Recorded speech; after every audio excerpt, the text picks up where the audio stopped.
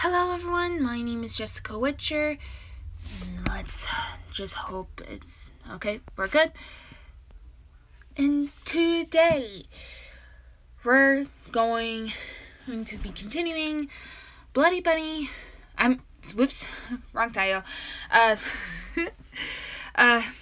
Just a Normal Killer Doll. Well, now before you say anything, what happened to the first episode? It's actually on my channel. Oh, I swear. I accidentally put it in a different tab than anything. And you're probably wondering what that is. Well, you know how when you actually look on a YouTube, if you're a YouTuber yourself, you probably will notice some chains. Those chains are only for people who would search for it and view it. Well, I looked at my channel thinking it would actually show my video. So basically my very first one, which is the live. And guess what? It didn't show it. This actually made me confused until I checked, realizing it didn't actually click on the globe, which is public. Instead, it went to the chains. So I'm really sorry about your convenience. I did actually promise I would read episode 1, but now we're going to episode 2. Same as before, it's also considered as a pilot. And it's called a part 2. However, this one will be called The Robot Arm Girl and the Kidnappers. Confused? Well, you'll see why. Now, disclaimer, for 2 reasons. One, if you hadn't watched Bloody Bunny the First Blood, we do recommend watching it after this, before watching this, or even watching episode 1. And before you even watch episode 2, we do recommend watching episode 1 to give you a better understanding of what just happened. Now, in my last video, I did actually make a disclaimer that there will be a lot of languages. There won't be any bullying. However, there is still language. Warning you guys, this one has blood and gore coming up. If you're not liking this, or even squeamish of blood and gore, we do recommend not watching this, because this is actually something not for kids or other people. I don't want to actually let people be a lot squeamish every time they hear something that would actually cause them to freak out. So understand that this is not for everyone if they don't like it. Not only that, I'm a little cold. My room is cold. Anyway, let's continue. And before we get started, I will be continuing this story. Now, the last video, I did actually made a lot of talks and all that. But in this episode, I'll be focusing on the reading. If I did make a mistake, I will go back to it. Now, there is a new character, and she is one of the main characters. You'll meet this person very soon, or at least later, whichever. So please understand I'm trying. Okay? Good.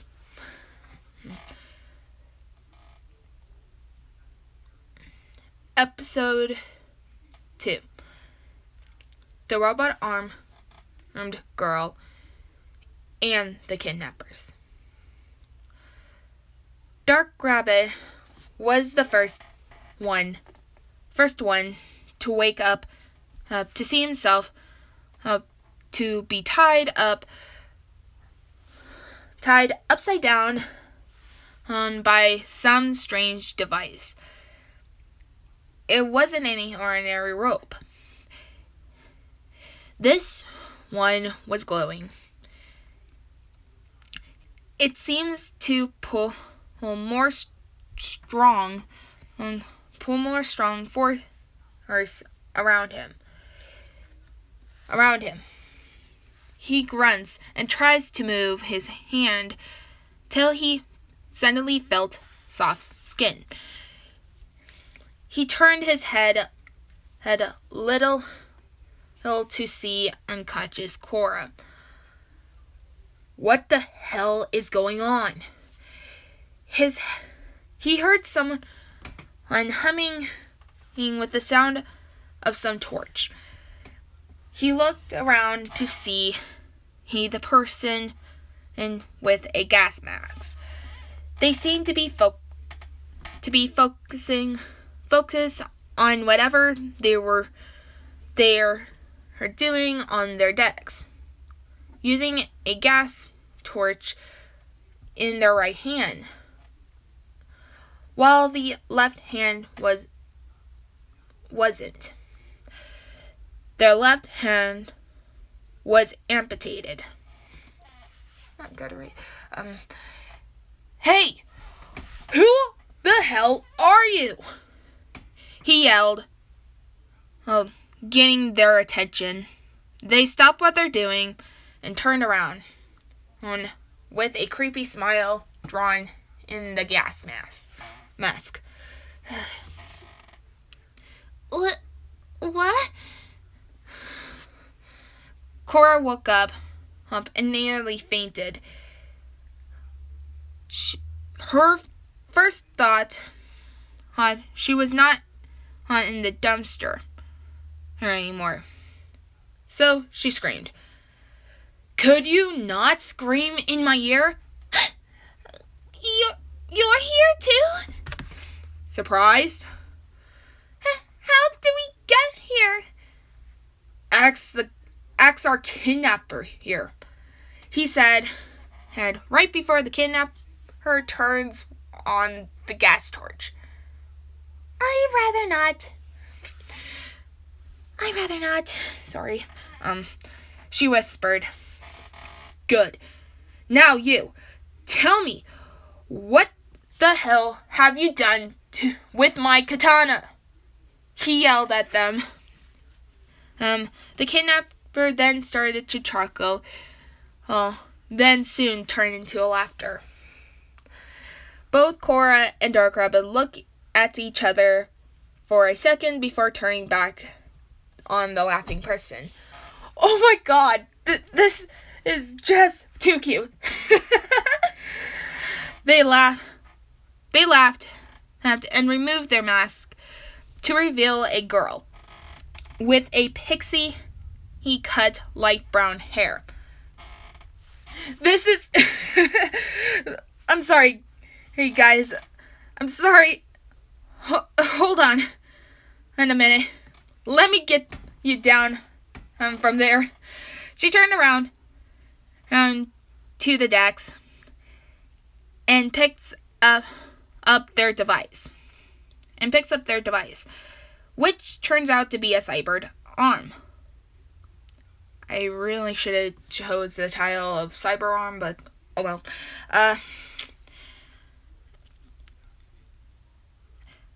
Name's Layla. Sorry to scare you. Hey guys. Guys back there. She smiled and pressed a few buttons on the device as the ropes disappeared, letting them fall to the ground. Layla, roughly, he puts the cybered arm on her left arm till it finally he settled in. She moved it around a bit, wiggling her fingers. That's better. Now then, who you two lovebirds might be?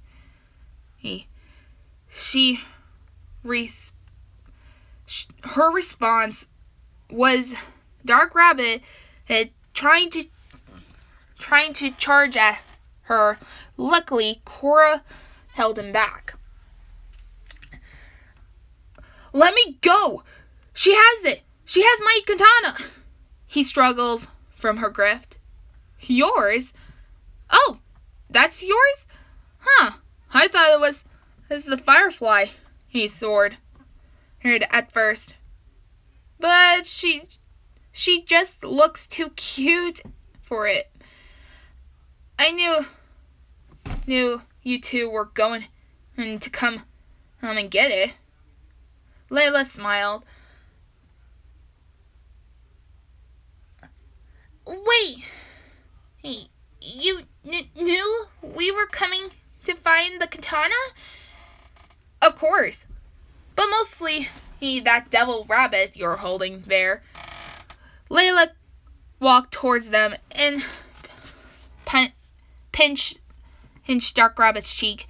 He tried to bite her robotic arm, but she pulled away in time. Jeez, never knew your stuffed animal is quite grumpy. Cora, let me kill her! He continued struggling, reaching his hands out for her Layla's neck. Dark Rabbit! Cora cried, trying to hold him together. Calm down. And where are we exactly? She asked Layla. You're in my house. We're in the junkyard. Also, I had to drag you both 4 miles away from the garbage dump to the junkyard. Then why does this place look like some kind of torture room? Dark Rabbit yelled. This is my invention room. I have a thing there. I just need to invent thing where he just needed to invent stuff. People think it's useless, but helpful. I even invented weapons from sci-fi movies and video games, like Prey or Dead Space and Doom. Okay, that explains the cyborg arm too, Cora said. I know! Pretty great, isn't it? When I first lost my arm, people just said, at least it's not your wasn't your good arm. How the hell do you assume the arm they lost is their good arm? I had to use my right arm to build myself a new arm because the doctors changed it up high, and if I wanted a new robotic arm or replace it, they'll make it more expensive. I mean, what kind of people? Oh, boo-hoo. Oh, my favorite arm. I lost my favorite arm. And I can't do anything about it. Hey, where's my katana? You witch. Look, if you want your sword so badly, you can have it. Layla shrugged. What? I can't do both. So, they're gonna stick with Cora. They both said, but I'll let you have your sword back if you guys watch a movie with me. Neither Cora nor Dark Rabbit said anything, both confused about whether this girl just kidnapped them to watch a movie with her, or she's just insane.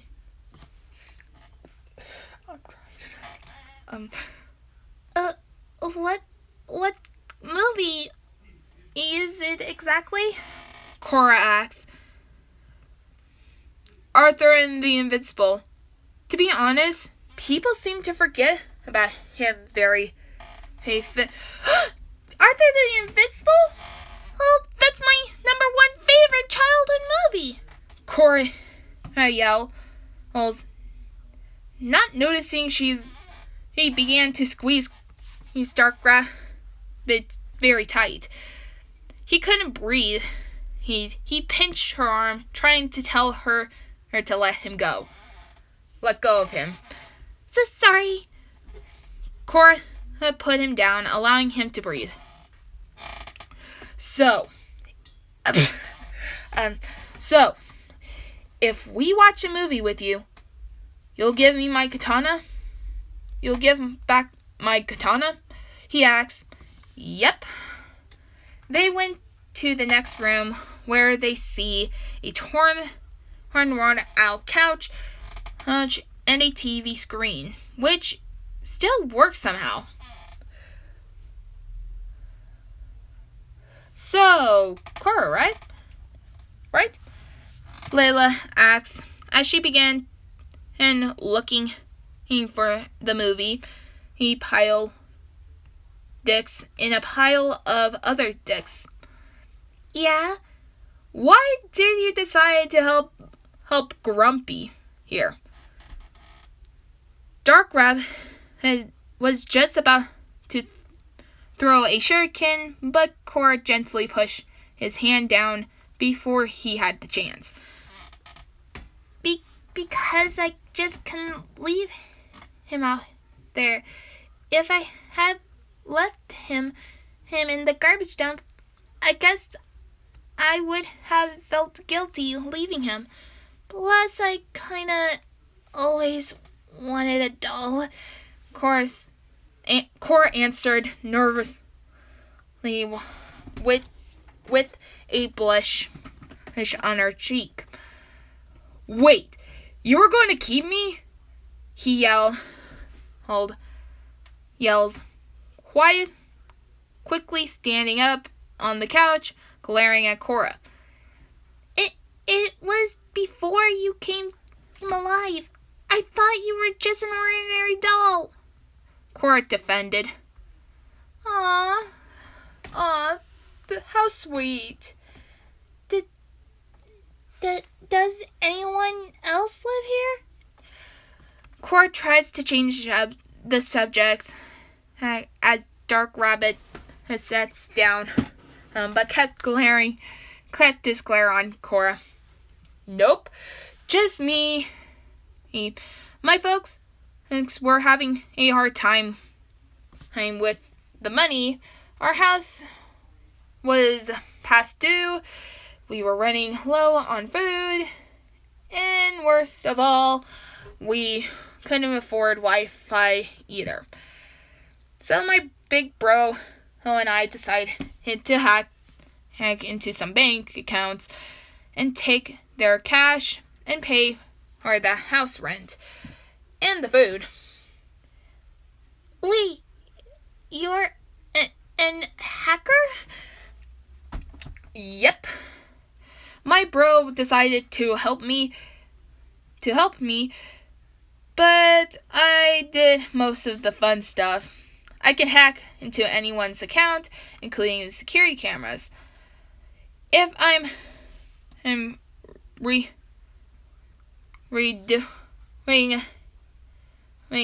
robbing a grocery store, if I needed to make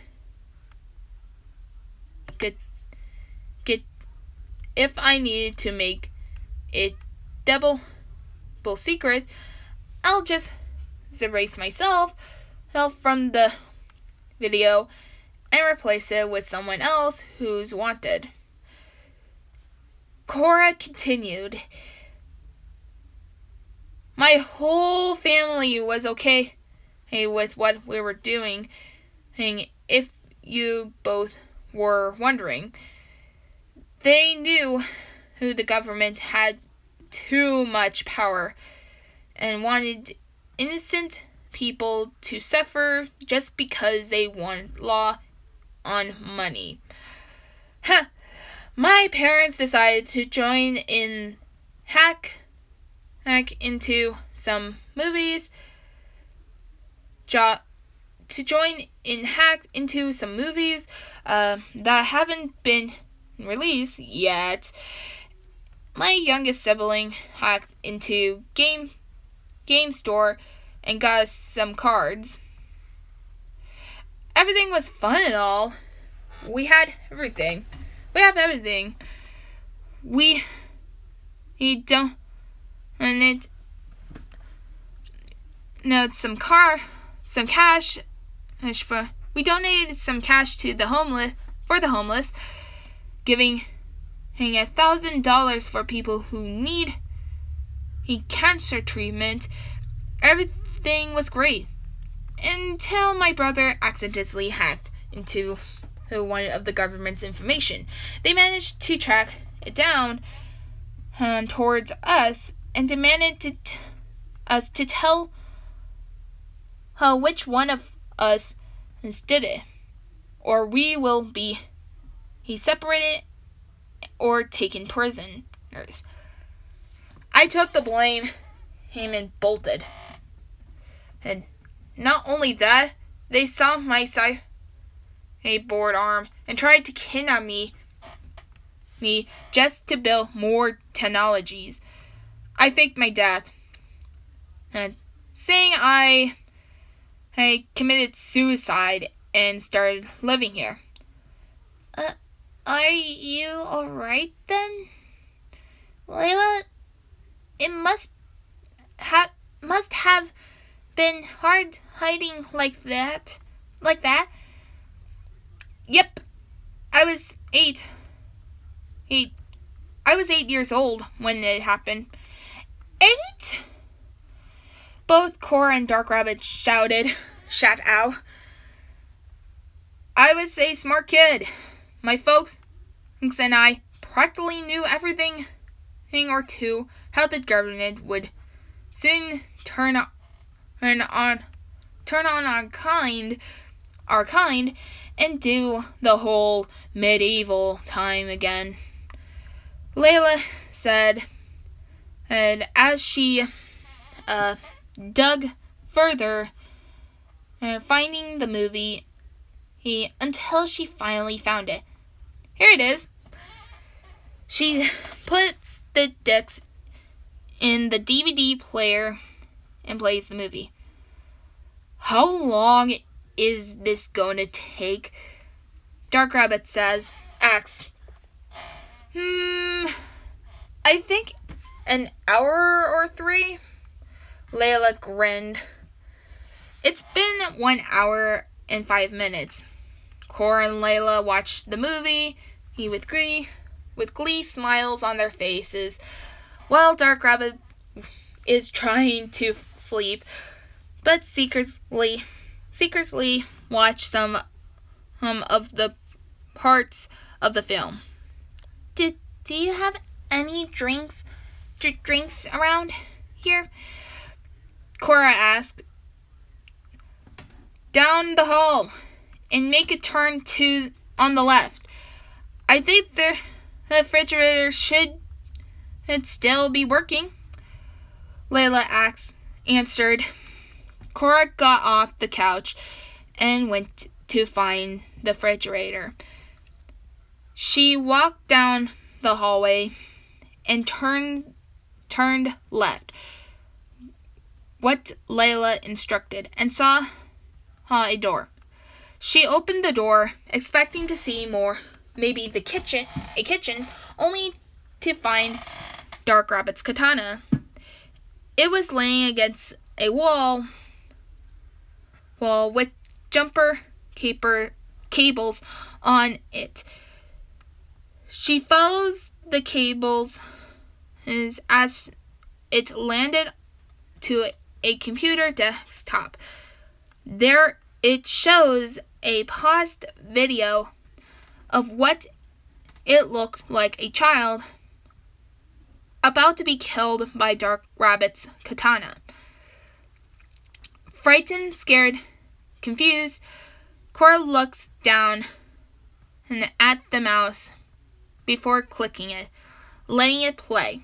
The video shows Dark Rabbit in the future brutally killing innocent children. She sees them being thrown into with some kind of machine with furnace and sharp blades, ripping their organs, tissues, bones, everything. After all that, they were transformed into some mouses with skulls skull masks on them. In the next scene shows Dark Rabbit slicing an innocent little boy's legs off completely clean as he was trying to escape. The boy screams in pain as he tries to crawl away. Dark Rabbit came towards him as he looks up to him, begging for mercy. He showed none and killed him. In the next scene shows a bunny appearing to be fighting him along with a cute little basketball-sized bunny, an angry teddy bear, a razor pony, and a Hello Kitty. The more Cora watched, the more she learns a darker truth about him. She wanted to scream. She wanted to cry. She wanted to reach out and save those innocent children. But all she did was just standing there, watching him kill everyone in his sight. He lied to me. I should have known. It's not just his appearance. His story sounds too innocent. Nor saving people, saving anyone. That was just a cover-up. Cora couldn't believe it. She was helping a child killer, letting him sleep in her home, and got his weapon back. I need to get out of here now.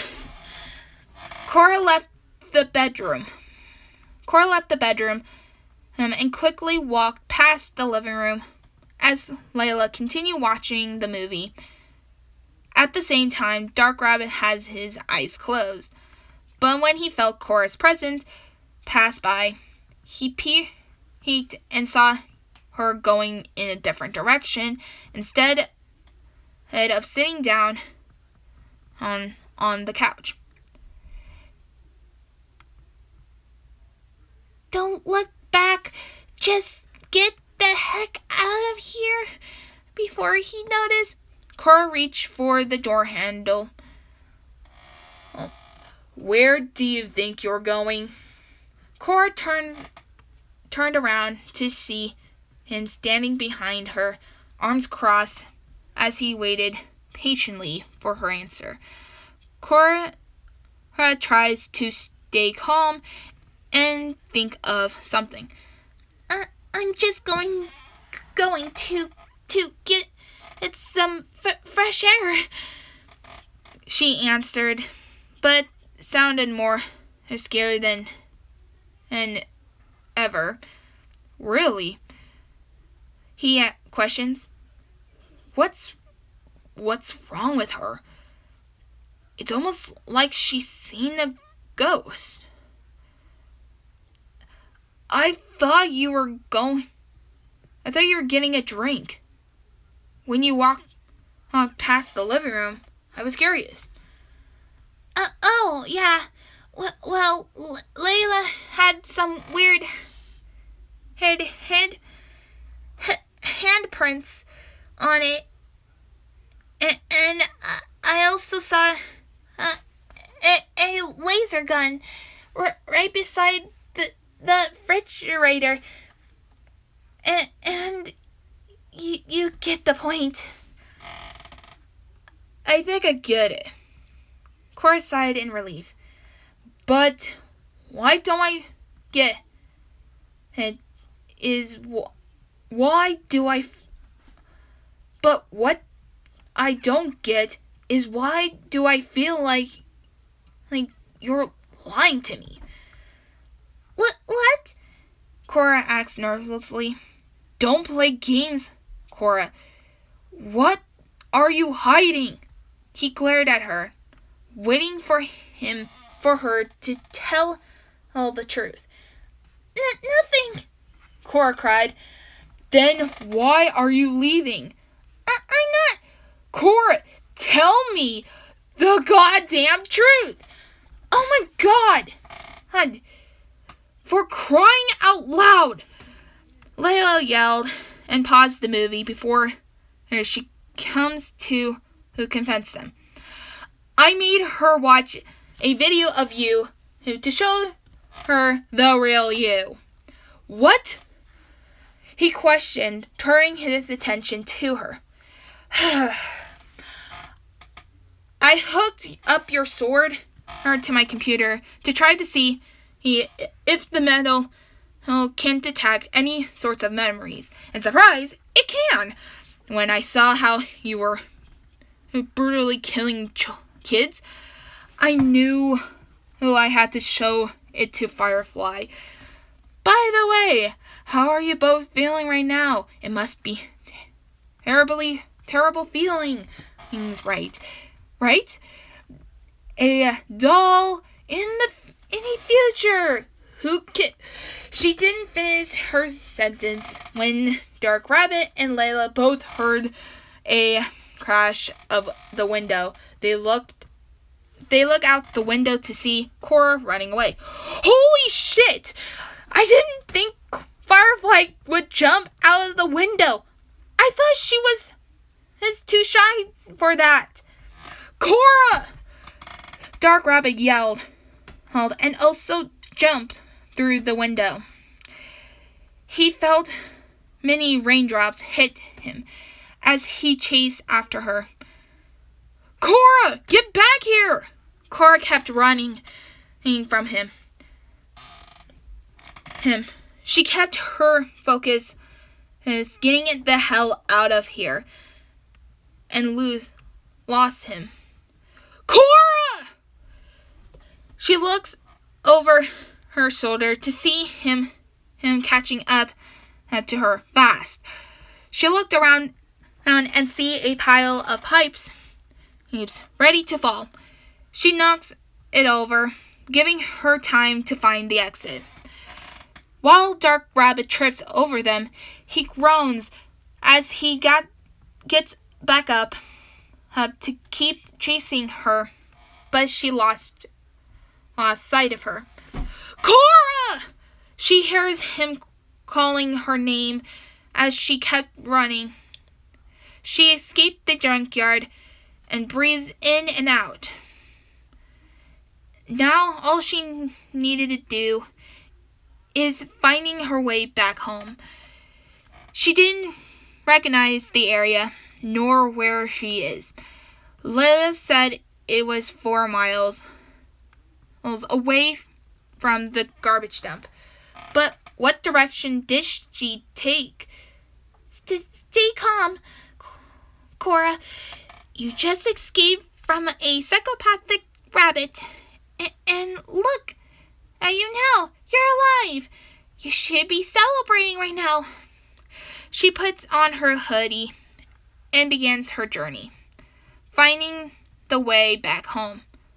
Just try to forget what just happened. Pretend that was nothing. Pretend you never met them.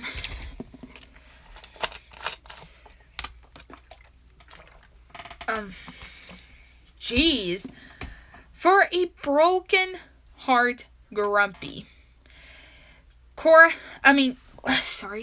Layla ducks down from Dark Rabbit's attack as he swings his katana he took back. trying to cut Layla's head off. I didn't think you'll go this crazy over her.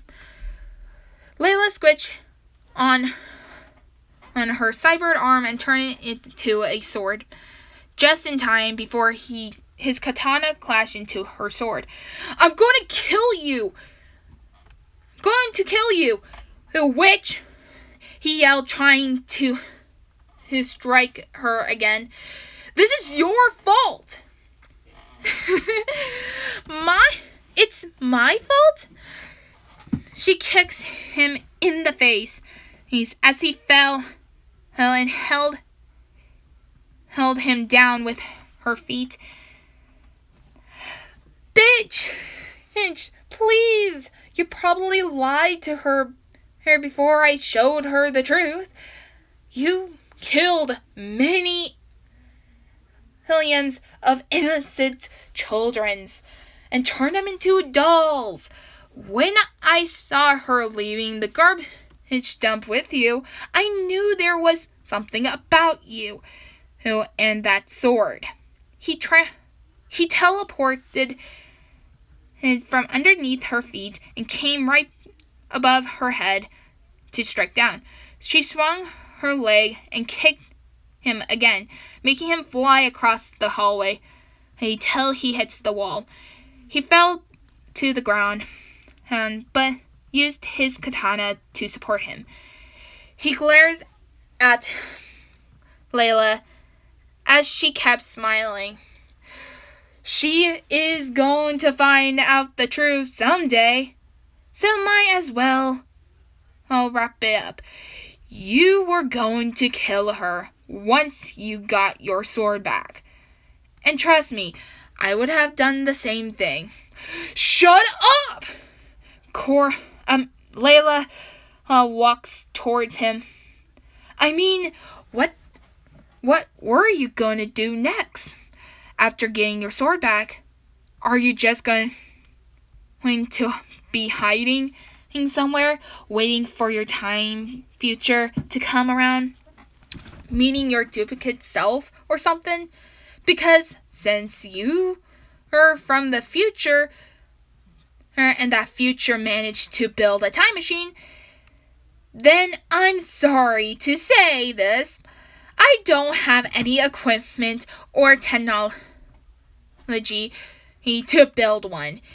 He attacked her again, but she managed to grab his ears and threw him into the room Cora's been. Look at yourself. You can't even fight because of your emotions now.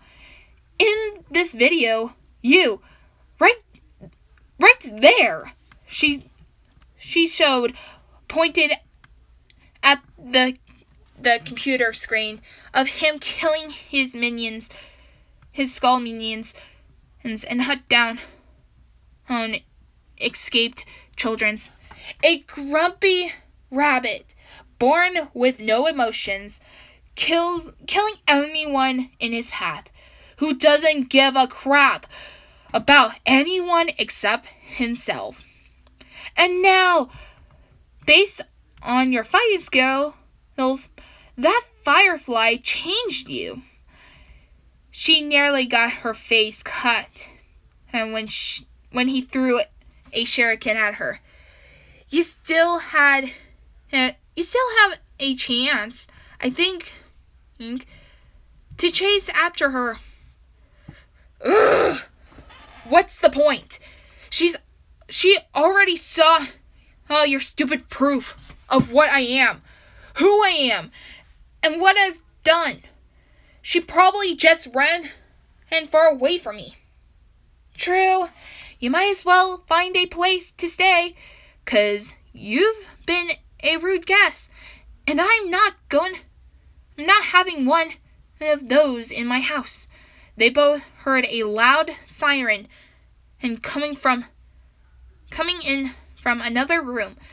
Layla quickly runs fast and opens the door to see her huge touchscreen TV showing a map of the town and a blue dot. Layla tapped it to get a closer look and sees the blue dot had seemed to be struggling for their lives. She looked over at the heart rate meter, and it was pumping fast. What the hell is that? Dark Rabbit asked. Oh, this blue dot is Cora. I put a tiny tracker on her when I put the syringe in her. And by the heart rate I see over there, I think she's either getting mugged or kidnapped. What? He yelled, his eyes glowed bright red, and his katana began to make some sort of red and electric. Where is she? She's at an old gas station. I'm still confused why they close it at night. I mean, that old gas station literally has the best gas in the whole town. Sorry about my computer. Why does it actually make that wretched noise? Best gas in the whole town. People will get up early just to get it. Why did they decide to close it at night? They could make more. She looks over her shoulder to see him not there anymore. Wait a minute. Did they install new? Yep, they did. Cora looked for any sign of help she could find, but only more road ahead. I have to find some place to take shelter. This rain is getting out of control. She wraps her arm around herself to keep herself up warm. She tries to think of happy thoughts, but all he could remember is Dark Rabbit brutally killing those innocent kids in the future. She didn't understand why the future would have that. Was there some sort of smart haunted doll that knows how to put innocent souls into a stuffed doll? Are aliens going to invade the earth by doll forms? What made the future turn so dark and horrifying? And when that time comes, she knew she'd be the only one who saw it coming. She imagines the dolls killing people's homes, perhaps kidnapping children to make them one of the dolls. Maybe I can't. Nobody would believe me. And how will I know what day it'll come? Or who's in charge of that chaos? Cora sees the light behind her and turns around to see a car coming up its way. Maybe I could catch a ride. I'm sure they'll understand why I'm outside. She puts out her thumb to get a hitchhike until she realized they were speeding up a bit too fast. Worried, she walks backwards a little bit faster, thinking maybe they just didn't see her, and she needs to have their view. But it ends up soon when they started shooting taser darts at her. Oh shit! She started running, dodging from the darts as she tries to find any hiding place. She keeps running until she saws the light not too far. It was a gas station. She frantically rushes up to the door and tries to open it, but it was locked. Then why have the gas station light on? She turns around to see the car parked, and 5 people came out wearing some type of opera mask, covering their face. Stay right there, and don't even try anything. One of them shouts, "What do I do? Oh, what did I do?" Cora didn't think and used her arm to smash the store window, triggering the alarm and quickly going inside. Why would they say that? Why'd you say that? You know anyone and will try anything. How would I supposed to know? Cora hides behind the shelf as 3 people got in and to look for her while 2 others are trying to cut off the alarm. She looks around any weapon she could use until she spots a dagger on one of the shelves with many other sharp weapons. What kind of gas station sells these? She grabs the package and rips it open till it's in her hand. She felt someone wrap their arms around her neck and left her. I got her! She stabs the person's arm multiple times till he released her. Ah! Son of a bitch! Cora saw another person getting ready to shoot at her, but she managed to dodge them and jumps on top of them and stabbing them on the shoulder. Ah! God damn it!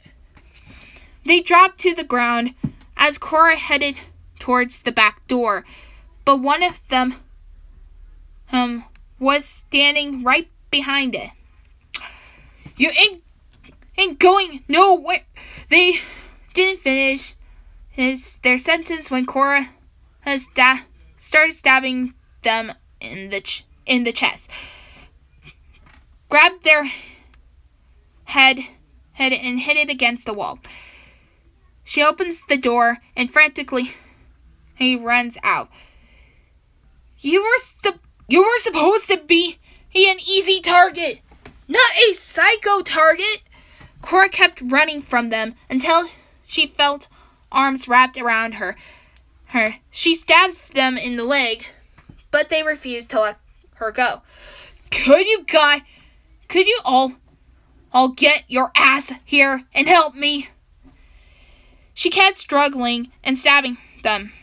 She felt their arm about to give up anytime soon.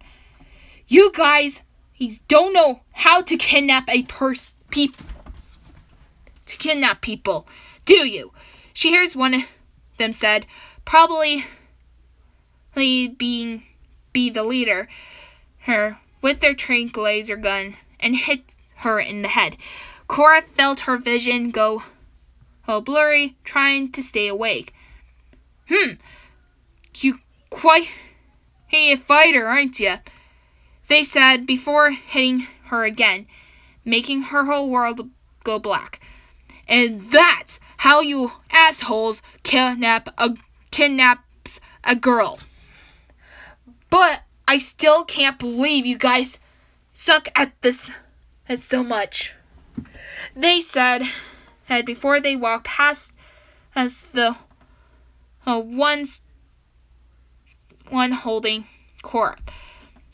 Others groaned from their pain as they all headed towards the car till suddenly they heard something slice open They looked around to see what caused it, but saw nothing. "What the hell was that?" one of them asked. "Doesn't matter. What we need to do is to get back to the boss." Did that girl manage to stab my head?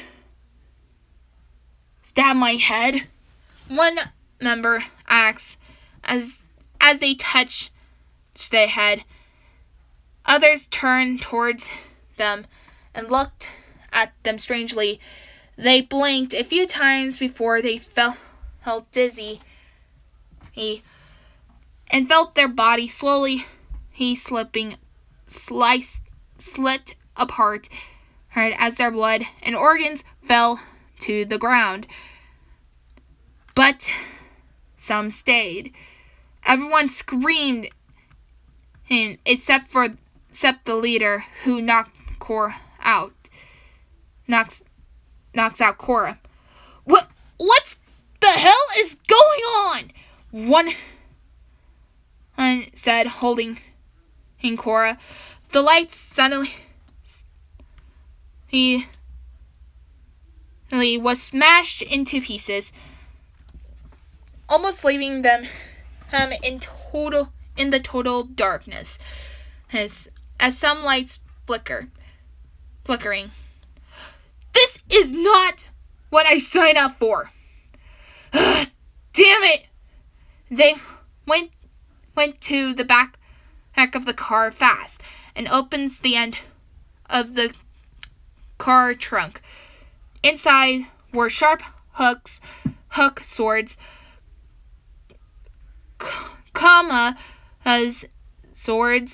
swords and neck oat.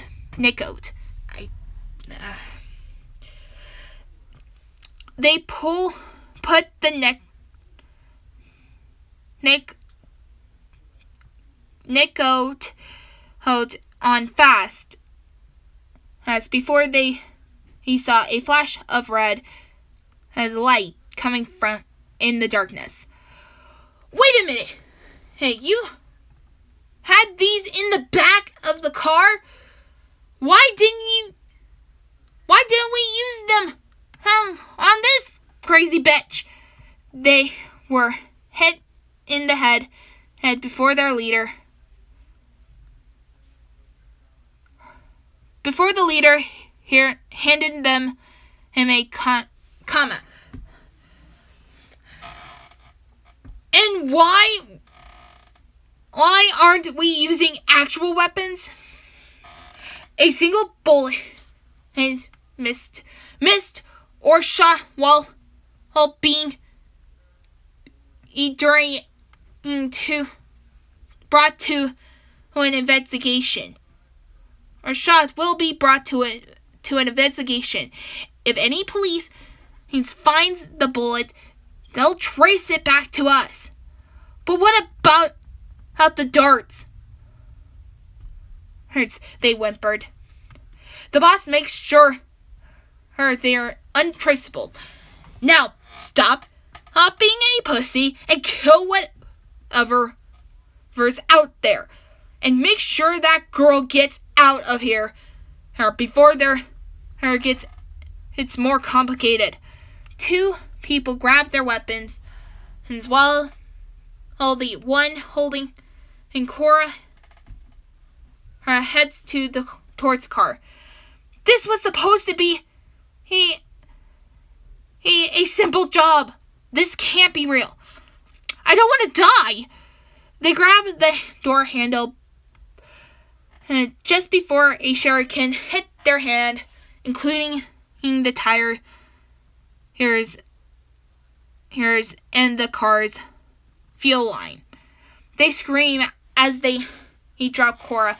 Before Cora hits the ground, and a dark flash catches his Cora and slides across the land.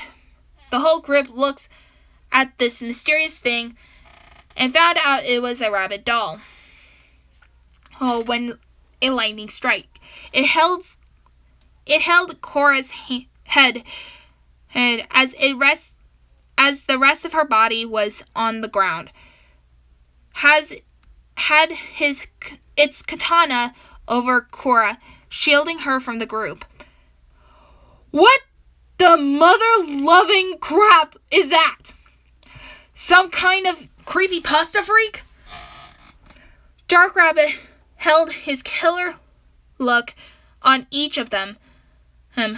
Who the hell were these people? Why are they after Cora?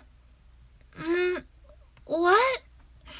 He looked at Cora as she opens her eyes. Cora, are you alright? Dark Rabbit whispered. I think so. Just a little headache. He noticed her head dripping some with blood, and as it slid across her face. I think I'll be alright. No, you won't. Hey, freak! He turned around. He turned his attention back to the group. If you don't give us that girl back, you'll be in serious trouble, one of them says. Dark Rabbit looks down at Cora before her throwing shurikens above them, hitting the ceiling lights. It's getting away! Then find it! Cora was lightheaded with confusing.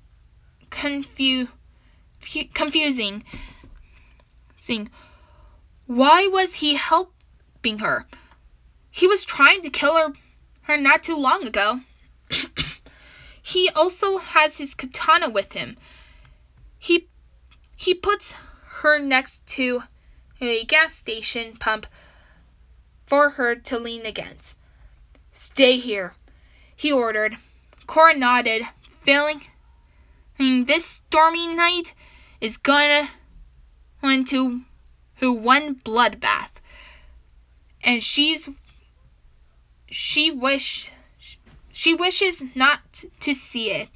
Dark Rabbit concentrated it and began attacking the group. Few of them blocked his attack as they're trying to kill him, but he manages to slice one of them their limbs. He killed one of them who had the hook swords and nearly caught his arm before he teleported fast and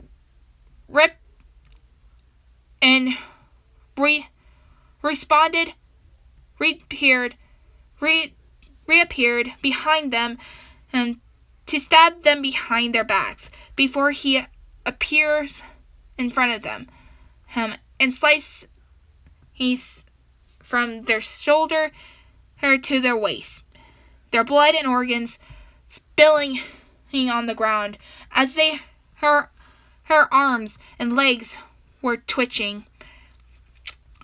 Could we please get the hell out of here before that crazy rabbit kills us all? One of them asked, holding the commas. Not until we get that girl, the leader yelled. You're crazy! One shouted, holding a sword. Dark Rabbit took an opportunity to kill them, but they quickly blocked his attack. Forget the girl! Forget the money! My life is more important than this crap! They tried to attack, but he changed. Excuse me for one sec. What are you doing? I'm doing a live. Oh, sorry.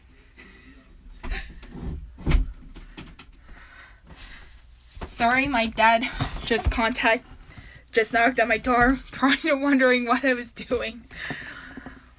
Whoops, where was I? They tried to attack him, but he changed his katana and used... But he charged his katana and used its a powerful source on them, making them fly across the gas station till they hit their heads against the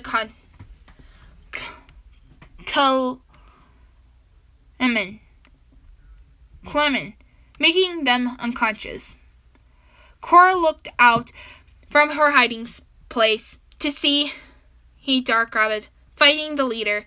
She also noticed 3 people were on the ground with their blood and organs right beside them. Wait, weren't there 5 of them? Cora looks around to see the 5th member right behind Dark Rabbit, getting ready to attack him. Cora's eyes shot wide, and she began to charge right at them. She jumps up behind them and rips their masks off before leaning her face towards them and bit the nose off hard. They scream in pain, but no one could hear them as the thunder blocked their voice. They dropped their trying to get Cora off of them. She spat out their nose before taking a massive chunk of their cheek as her fingers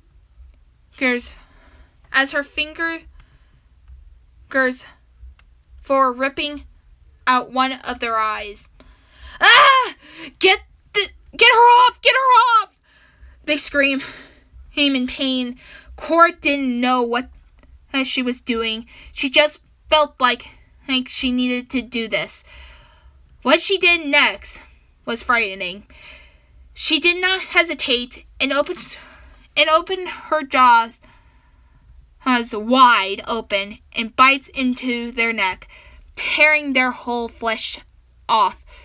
As she got off of them, as her neck poured blood to the ground, trying to breathe, till they slowly died. Oh my God! Oh my God! Oh God! Cora looked down at her hands to see their blood on them. She licked her lips, tasting their blood in her mouth. What have I done?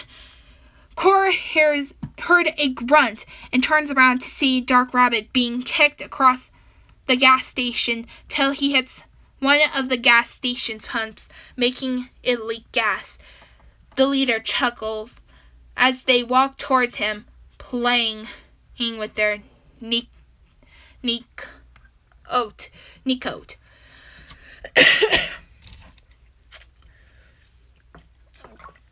That actually made my throat dry. What are you? Some kind of dwarf in cosplay or something?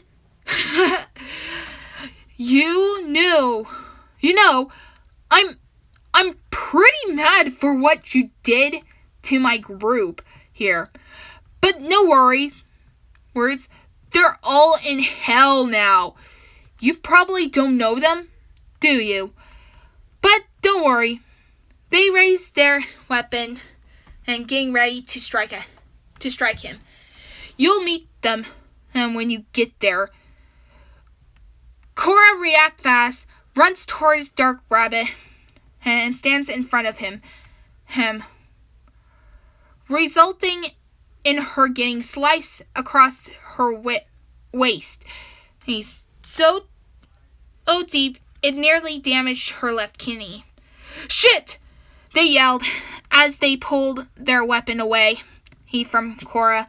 As she fell to the ground, her wounds began to bleed fast as tears built up her eyes. Cora! She hears him yelling her name as he lifts her head gently while looking at her wounds. It hurts so deep. She didn't know what she was thinking. Dark Rabbit looked up at the leader, with a terrifying look that shows no mercy. What have you done? Look, asshole. I was just going to bring this girl alive to the boss. But she just had to make a stupid decision to get herself hurt. And now the bosses will kill me because of you, the leader yelled in rage, before suddenly something splashed on the leader from behind. What the hell? They turn around to see a girl with a cyborg arm and a gasoline pump as she moved away further away from them. Are you kidding me?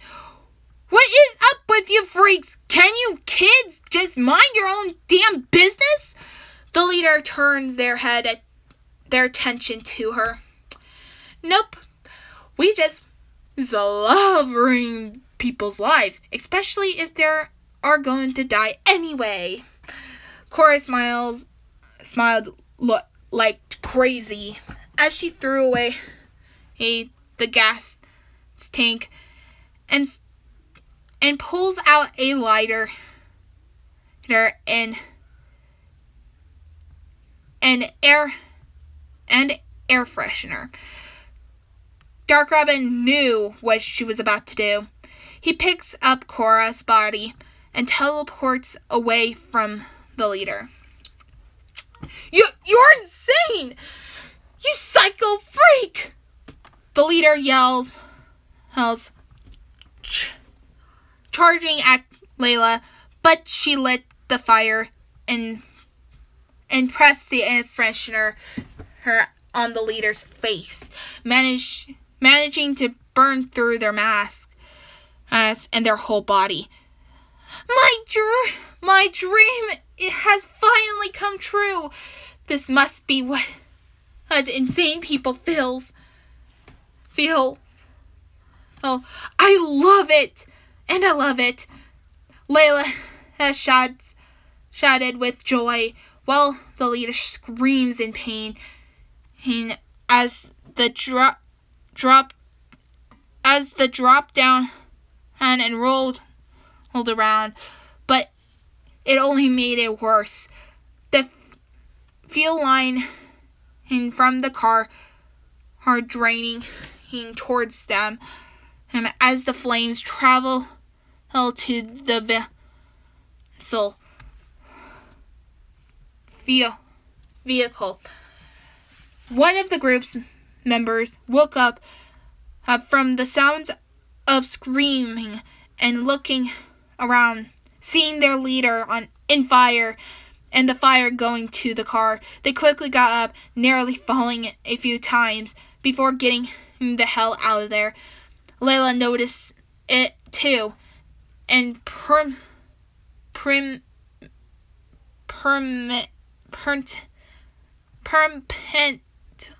perpetually runs away towards her motorcycle.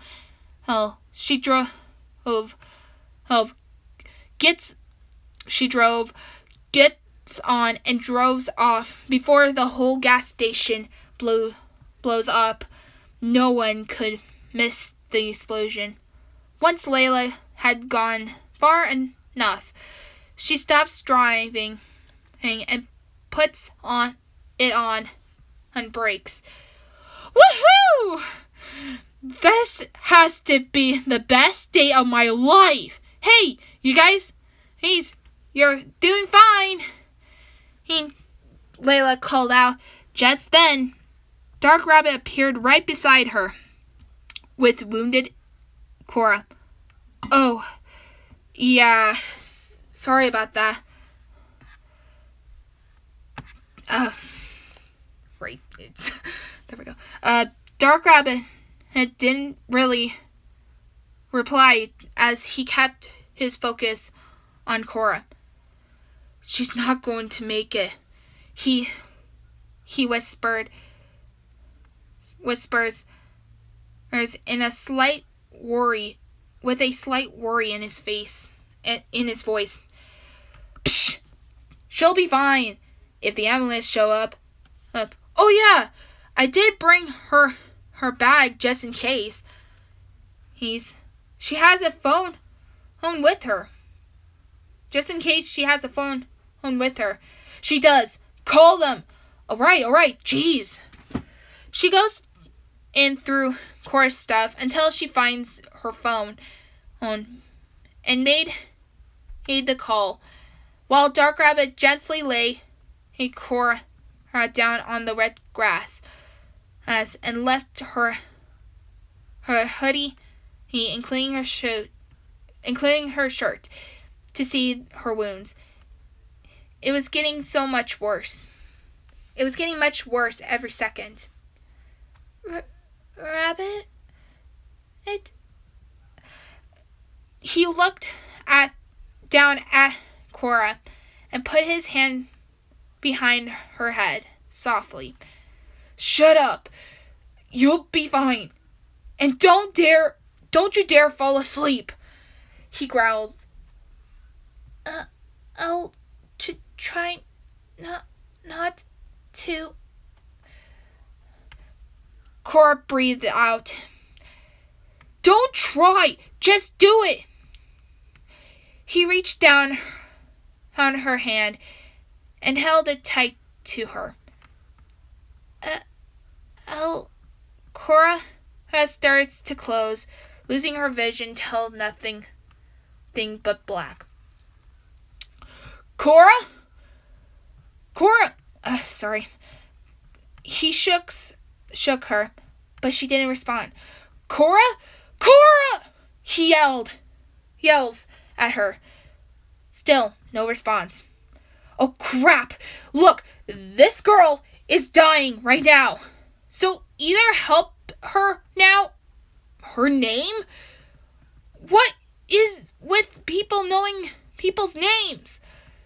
Names if they're going to die. Okay, her name is Cora. Are you kidding me? Full name? You asshole. Shell. Her full name is Cora Shell. Oh, Dark Rabbit yelled. Cora Shell. Her name is Cora Shell. It was silence for a moment till Layla answer again.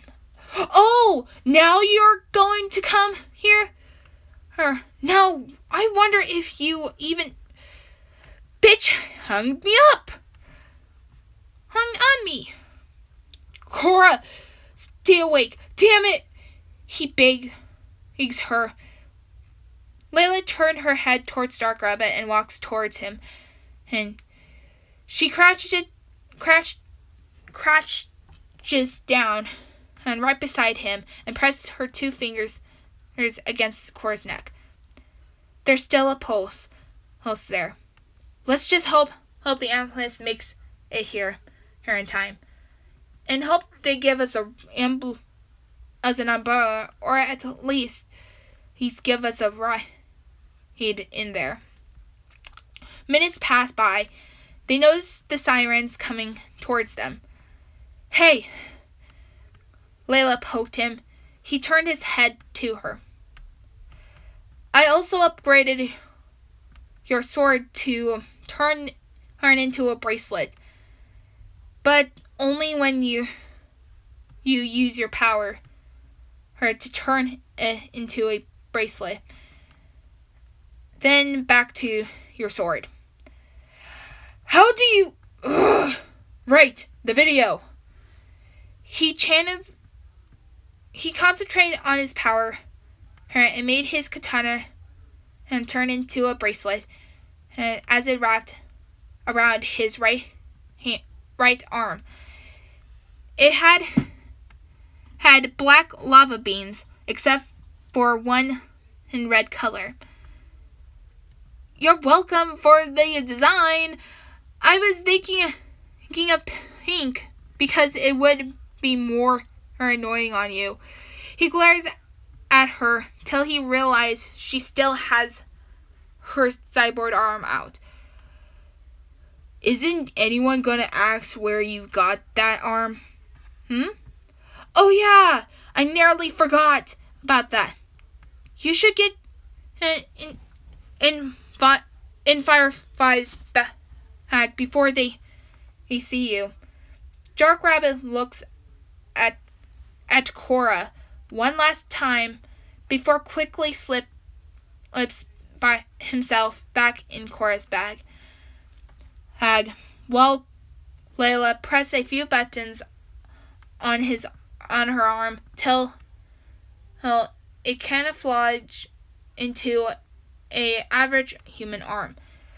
Rather have a cyber arm than hiding it with a camouflaged human arm. She puts on Cora's bag when the ambulance stop in front of them, including the police, while Layla pretends and she was caring for Cora. The paramedics rushed out of the van and pulling out all their equipment and the wheeled stretcher to put Cora in. Layla asks for a ride with the ambulance and telling them she's a friend of Cora. They believe her and let her in with them. Once they reached the hospital, they told Layla to stay in the waiting room while Cora is getting her treatment. Dark Rabbit felt uneased about all this and tries to get out. But Layla pressed his head down on his head, keeping him from being seen by other people and the cameras. He has to be a stubborn type 2. She looks around if anyone's watching in the cameras before pulling her old flip phone and typing it quickly before looking up at the camera as to see them switching off. She got up and looks around to a place for a place to hide and found a janitor closet. She went inside and opens the bed to let him out. You better have an Hey! He tried. Wait, hang on a sec. You better have an explanation. Hey! He tries to go to the ceiling. I didn't know which one's which, so choose one. But Layla held him down. Let go of me, you witch! He struggles from her grip. And let you do something stupid? Screw it! His response is biting her right arm. Hopefully that'll let him go. But she held on him tighter. Ow! Damn it! Okay, that's it, Grumpy. This is a suicide. But I've been there before. She held him in her right hand as she transformed her cyber finger into a syringe and pressed it against his neck. Ah! You stupid witch! I'm gonna... He felt his vision starting to become dark. You bitch. So I've heard. Go to sleep, asshole.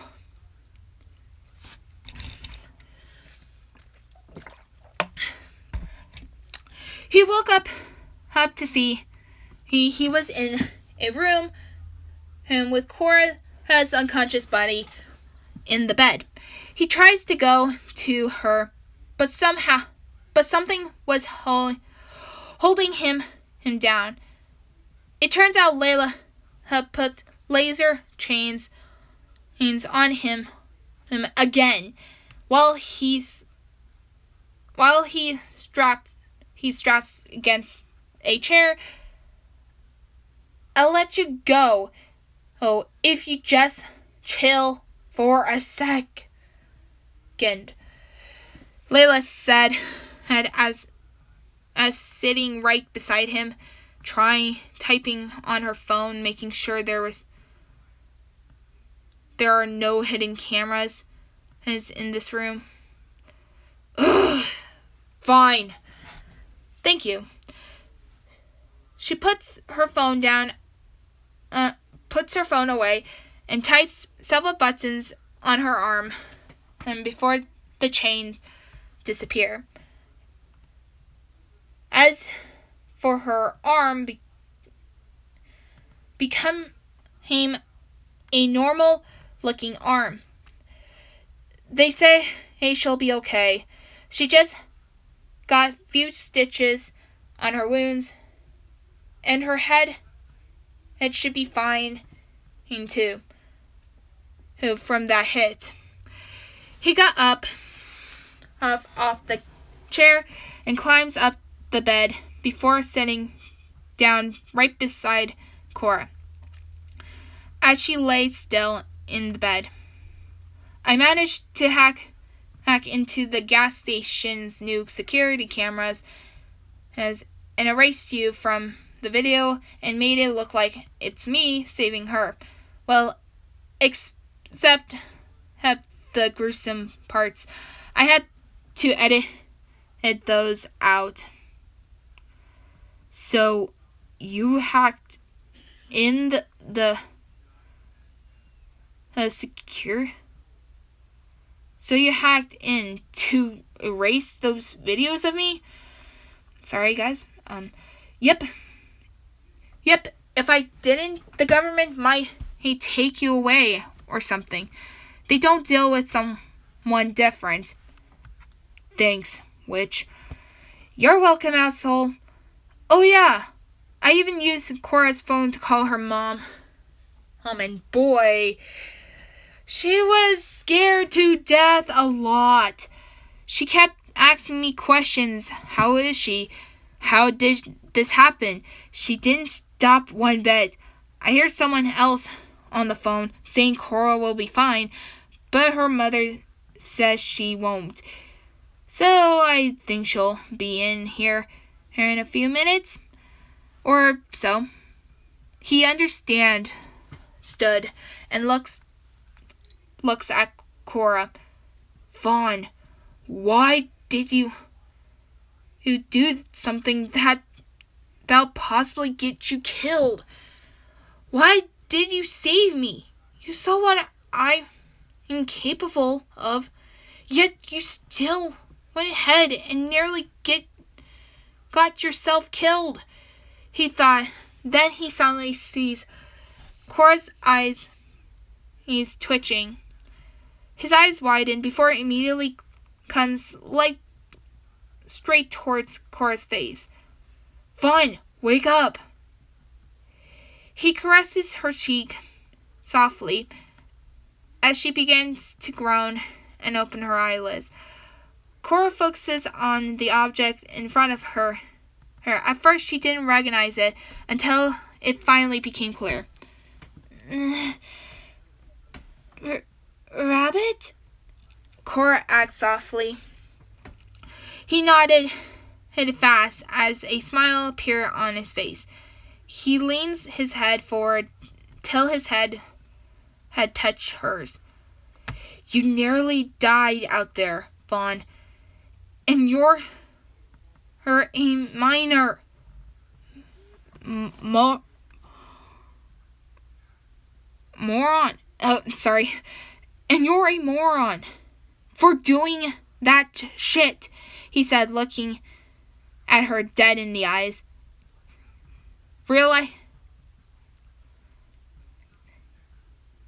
resulting in Cora being afraid again. I'm sorry. I was so worried, right? And I couldn't let them hurt you. Cora shuddered as he leans closer to her personal space. So you just decided to get yourself killed instead?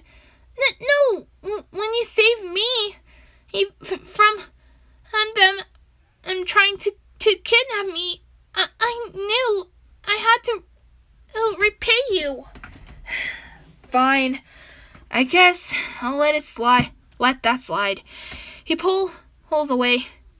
He as Cora breathes in relief. But I have doubt you're probably going to do something stupid and getting yourself killed again. What do you mean? I'm staying with you. What? Cora yelled in confusion. Well, that's a surprise. Wait, wrong voice.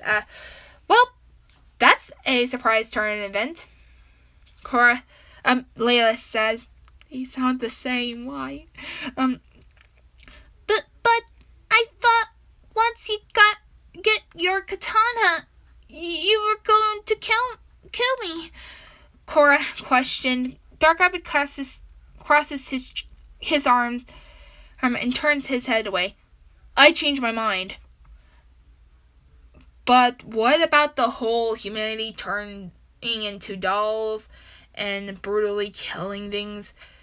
You do realize once that time comes, wouldn't Cora die or something? Layla asked. When it comes, I'll just hide her. Wow, you're a terrible liar. And I'm pretty sure her mother wouldn't even let you stay with her.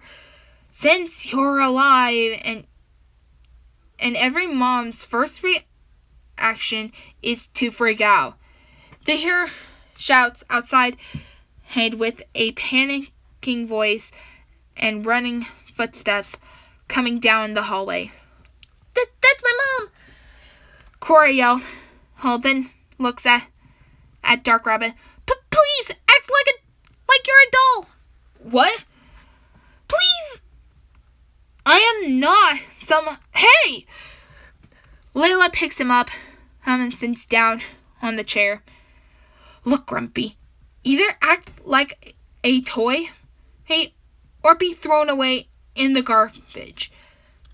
We can't have anyone else know you're alive. Layla glares at him, and before he could talk back, the door opened and he immediately starts acting like a doll. A woman with the same skin and color as Cora, but with brown eyes, is wearing a yellow shirt, with a jean jacket and jean pants. And another woman who has pale skin and violet eyes and long silver hair. She was wearing long black pants, a white shirt, and a dress jacket on her shoulder. For some reason, both Dark Rabbit and Layla felt uncomfortable with the pale woman. Oh, sweetie, are you all right? Are you still hurt? Do I have to stay with you for the night? Cora's mother asks many questions as she hugs her daughter tightly. Mom, I'm fine. Just a little hurt is all. Cora tries to calm her down. I'm a terrible mother. I know. Oh, we should have told Bill to take you straight home. No, Mom. You ain't a terrible mother. Those people who just came out of nowhere. Well, it's your fault. Klutz, the pale woman said with a killer look. Come on, and Corella. It wasn't her fault. Her mother said, Helen, and someone must have fallen her and tries to send us a note saying give us them all the money or my company, just to release her. It was her fault. She was followed. And how would Cora know she was followed? She should have known.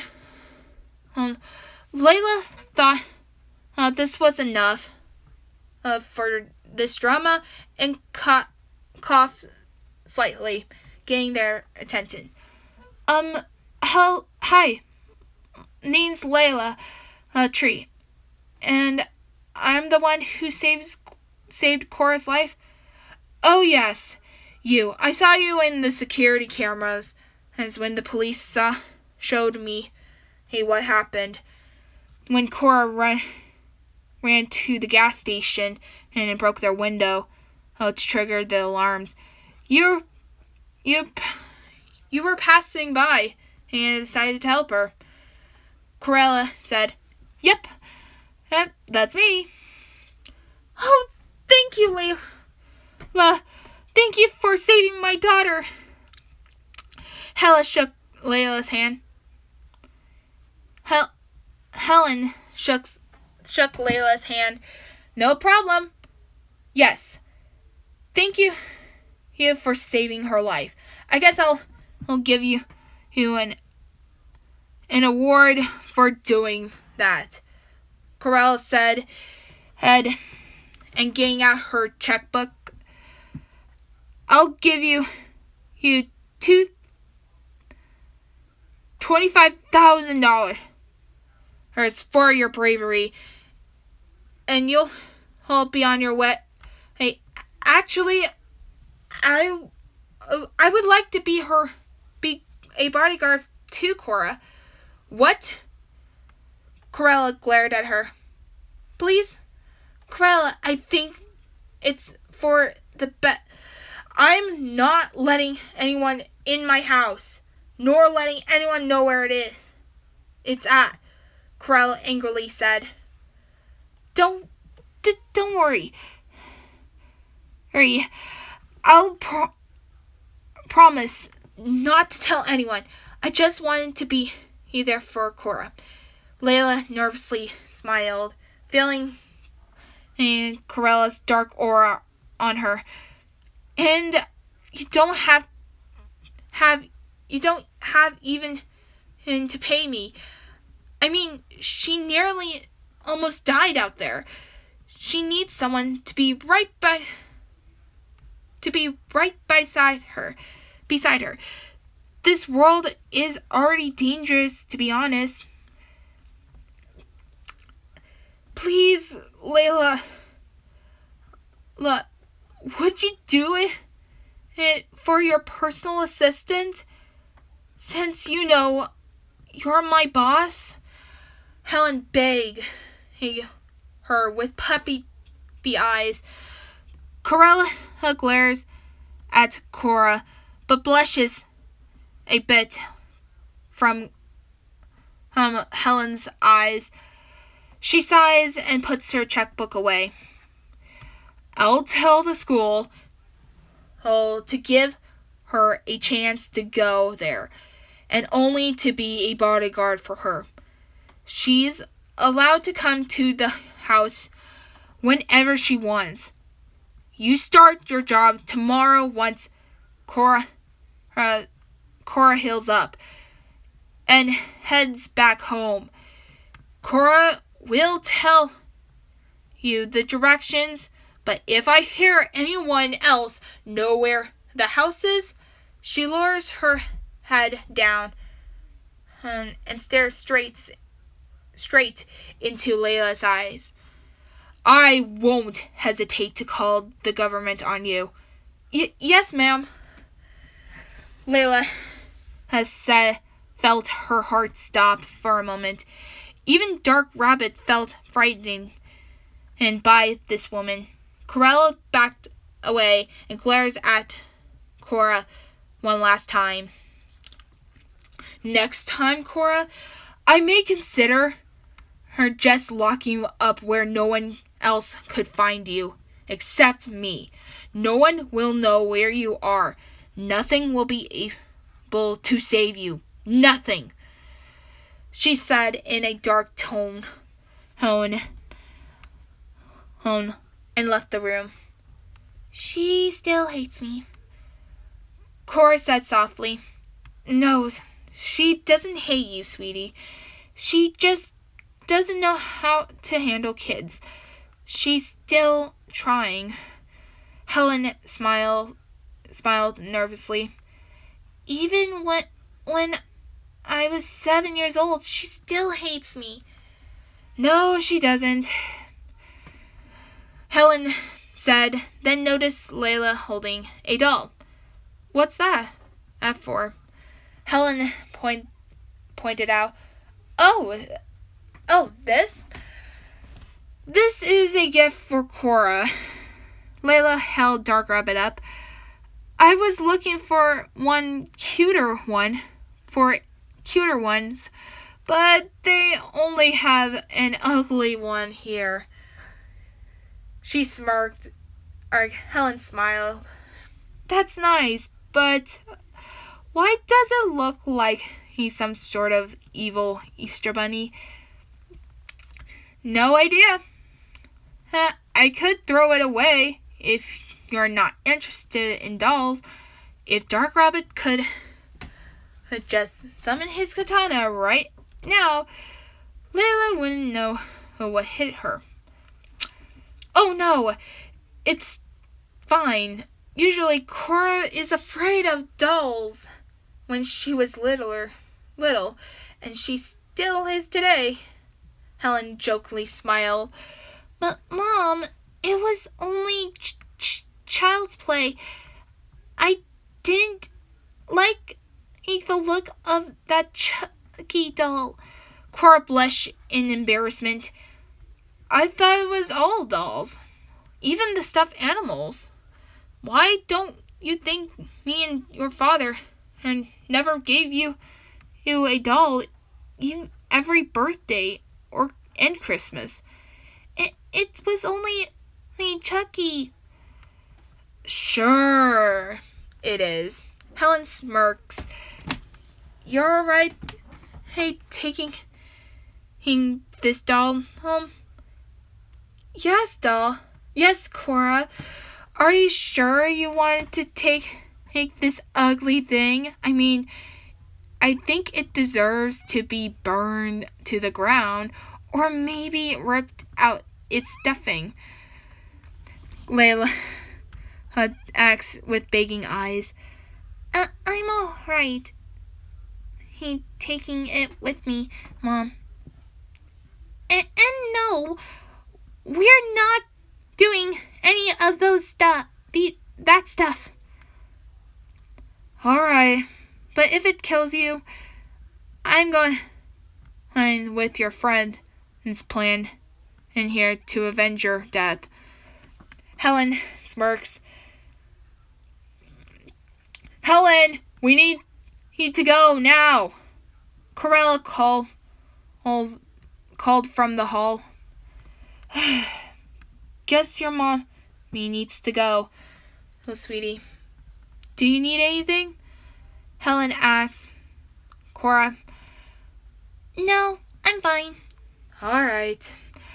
She kisses her daughter's forehead and left the room. Once everything was quiet, Layla drops Dark Rabbit as he climbs back up on the bed, head to sit right beside Cora. Nice mom you have, Firefly, Layla said. Thanks. But what about your dad? Cora narrowly became quiet for a moment. Do you have to ask that? Do you have to ask that? Dark Rabbit yelled. I was just curious. Don't judge me. Actually, I actually have no idea where he is. What? Dark Rabbit asked. My dad. All I remember was he told me and Mom he was going to meet someone and come back. Mom and I waited for him, but he never came back. Mom decided to call the police to find him, but there was no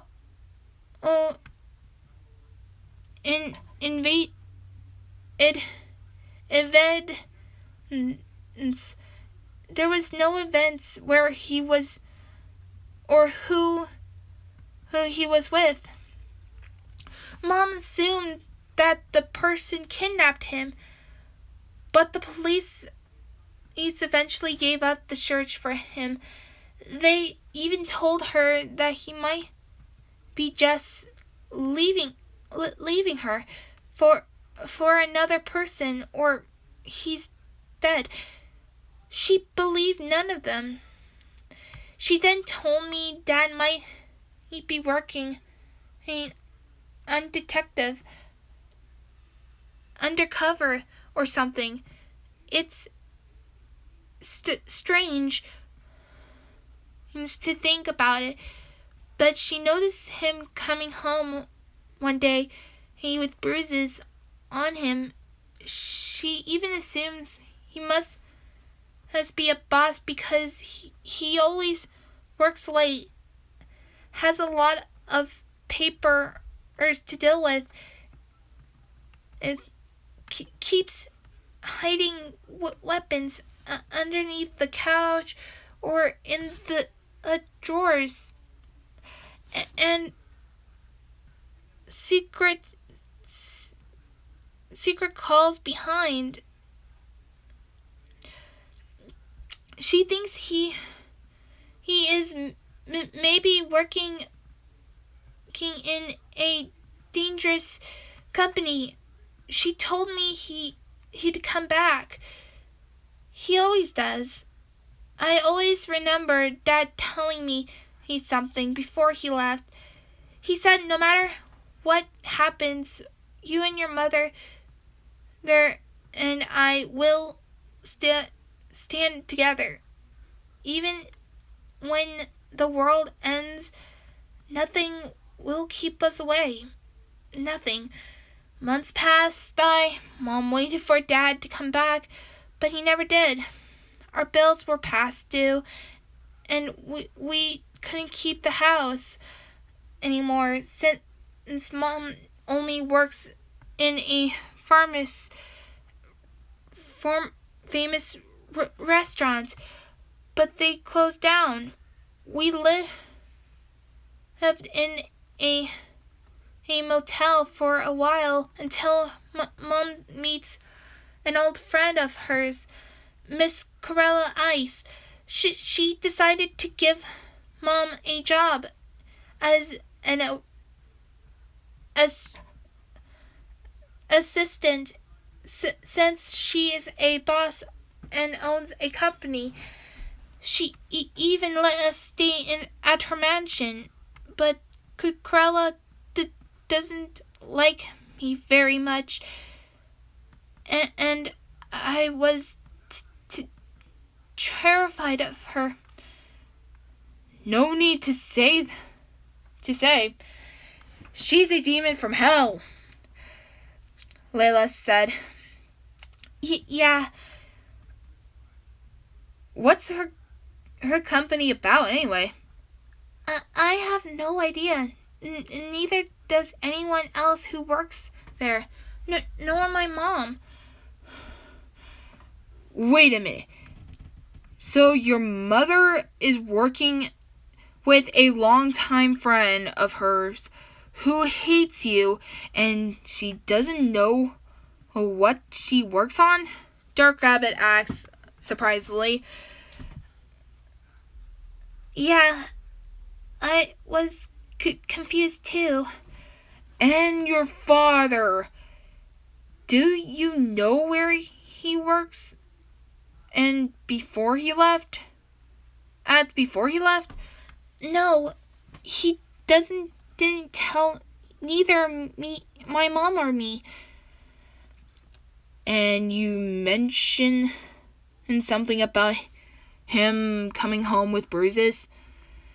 Yes, I was worried about him, wondering what Dad was doing. When I asked him, he said it was nothing. Including the hidden weapons? Layla asks. What? Yeah. Dark Rabbit felt something wrong here, but couldn't figure it out. Cora's father left, mysteriously without telling anyone, hiding weapons and bruises. Her mother works with her old friend, who doesn't tell anyone about her company nor mansion, and hates Cora. What is it? Why can't he figure it out? Well, since it's still night, might as well I'll rest up to take you back home, because I'm way too tired for this crazy day. Layla said, and laid down on the 2 chairs, leaving none for Dark Rabbit. Bitch, he thought. Do you want to rest here? Cora asked. What? He turned his attention to her. Since you do seem tired, too, and I thought you would like to rest here, too. She moves over a bit, leaving a room for him to lay down. Fine. He crawls up to the bed and until he carefully slides in a blanket, feeling Cora's arm touch his fur. Wait. Dark Rabbit? Yeah? He turned his attention to her. Why did you kill those children in the future? She nervously asks, with a hint of fear in her voice. It's my job. I was ordered to make sure no one escapes from the doll factory. It's where? Yes, where the children's turn into dolls.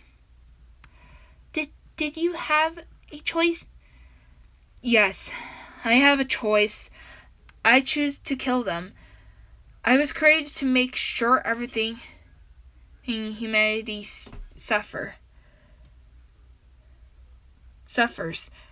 So you can't remember who you were? Not that I remembered. I was the first boss as to be created. First boss? He nodded. Yes, but the big boss thought it took a lot of work just to create a doll. They decided to find 3 children who have great skills and become bosses. Once they found them, well, you already know where they're going. Cora nodded. Well, won't they remember anything? Why haven't they tried to escape? if they saw what was happening. She asks. The big boss makes sure once they die, and remade them into dolls, their memories were erased. None of them were traceable. Well, until 2 dolls managed to remember who they were. He growled. Wait, let me try this again. Traceable. Until 2 dolls managed to remember who they were.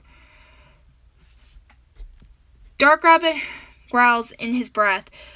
Cora noticed him gripping in on the blanket, making the bosses remember who they were too, and completely join those two damn bunny. Building a time machine and making me get stuck in this damn past. Cora covered his mouth before anyone could hear him. He calmed down and moved Cora's hand away from his mouth. So, yeah, that's what happened in the future. Okay.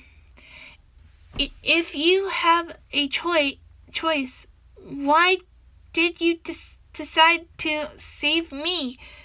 When you could have left me there? I'm not sure. He blushed a bit. Maybe because since you helped me and saved my life, I guess I owe you a life debt.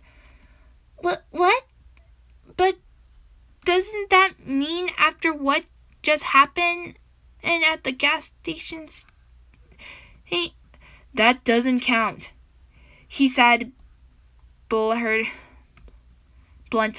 But that doesn't count. He glares at her. Got it? Yes.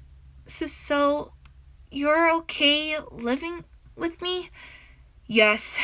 Just to be sure no one else would attack you. Including the part if the time comes where dolls rule the world? Yeah.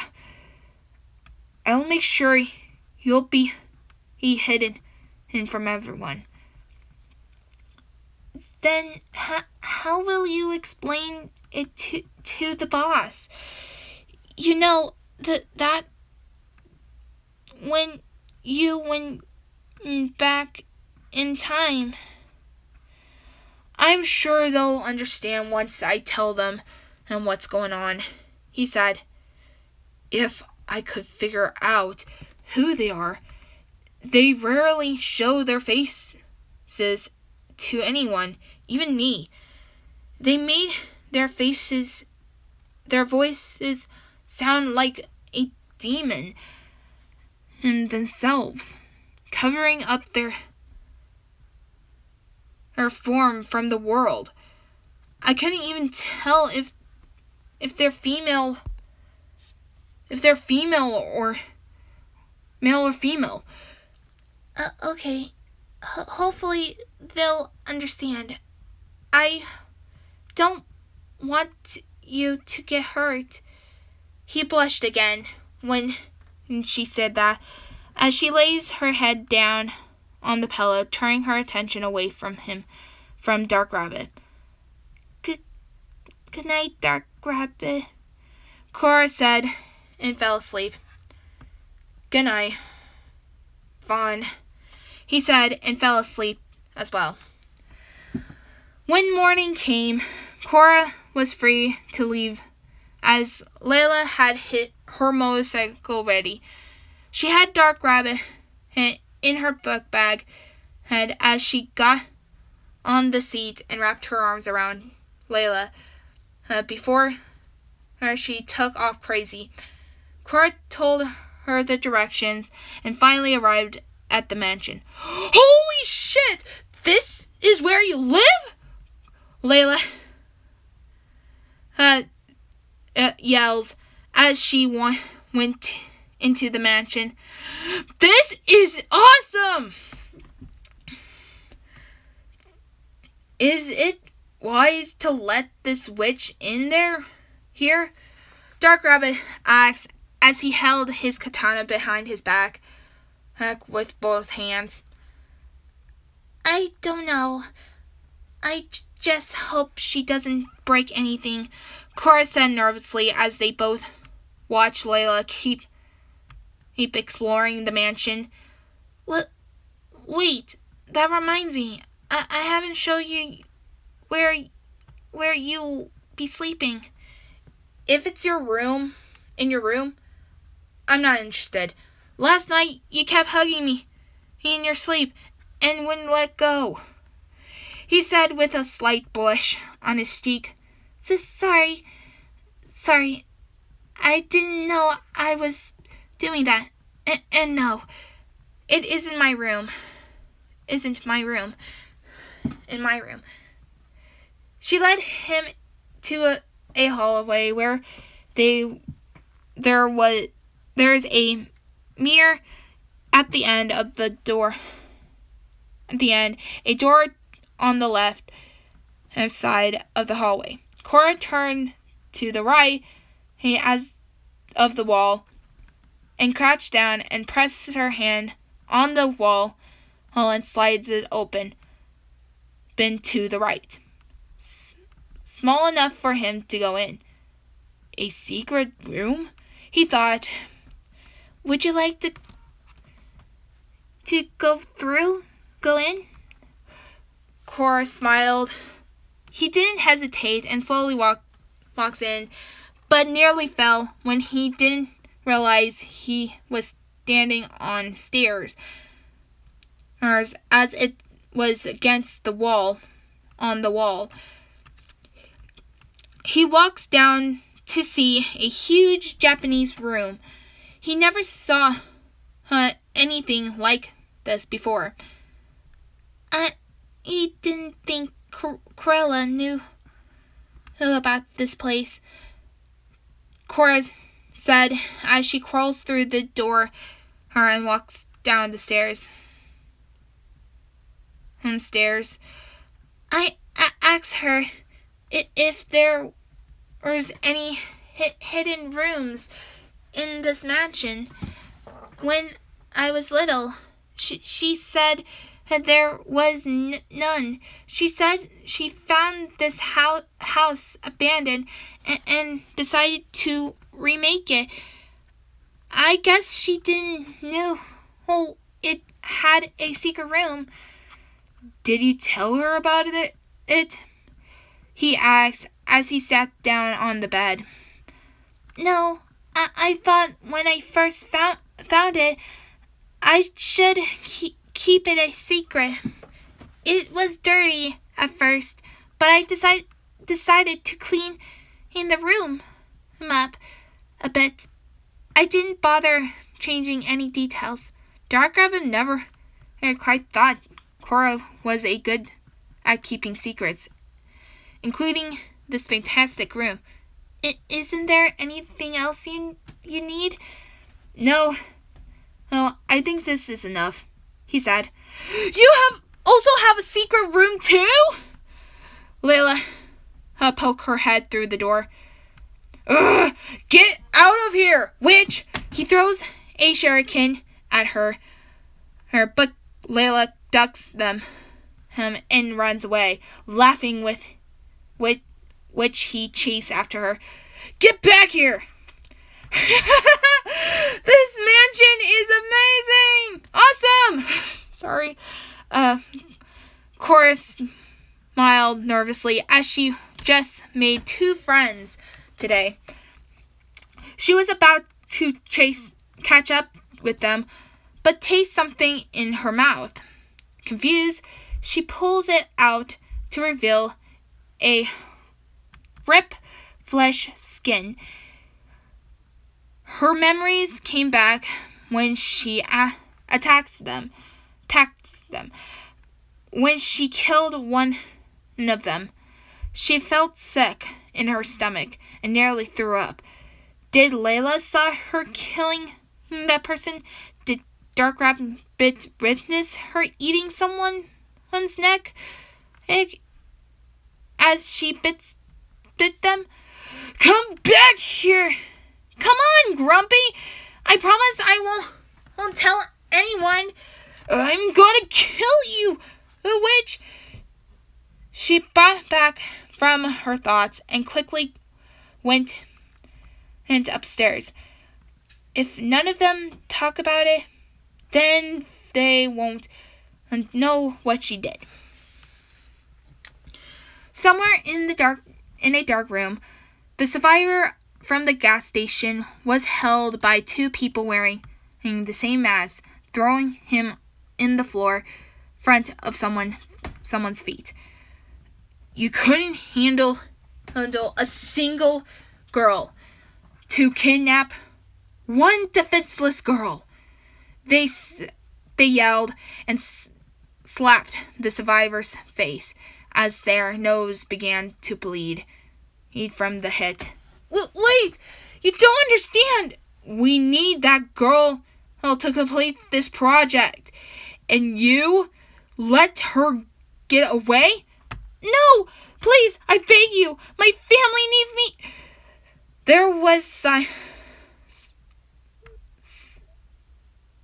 Their sentence was cut off when their head was sliced down off of their body. I waited and waited for my entire life to have her, and you let her get away, they said, wiping the blood off their sword with her glove before handing it to the people right beside them, who was also wearing the mask. As two people began to drag the dead body away, they turned their head to the group of people coming towards them. Kill every single family of theirs, including the ones who died on their mission, they ordered. The group nodded and left. I will not rest until I have her, even if it means I'll have to kill every single people she loves. They promised under their breath, nothing will survive from me. Nothing. And that is it for episode 2. I'm hoping this actually is your liking. And I doubt this is Dark Rabbit, though it kind of sounds like it.